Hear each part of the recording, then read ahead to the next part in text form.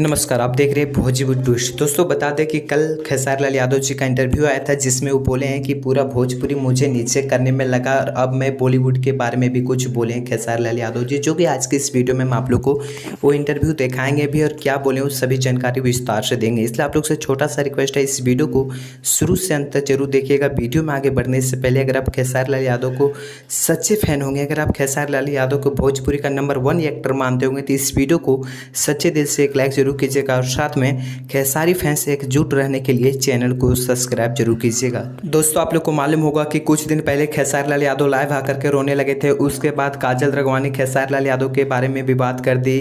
उसके बाद चिंटू पांडे, उसके बाद चिंटू पांडे के पापा, जिसके कारण से बता दें दोस्तों खेसारी लाल यादव काफ़ी ज़्यादा परेशान हो गए हैं।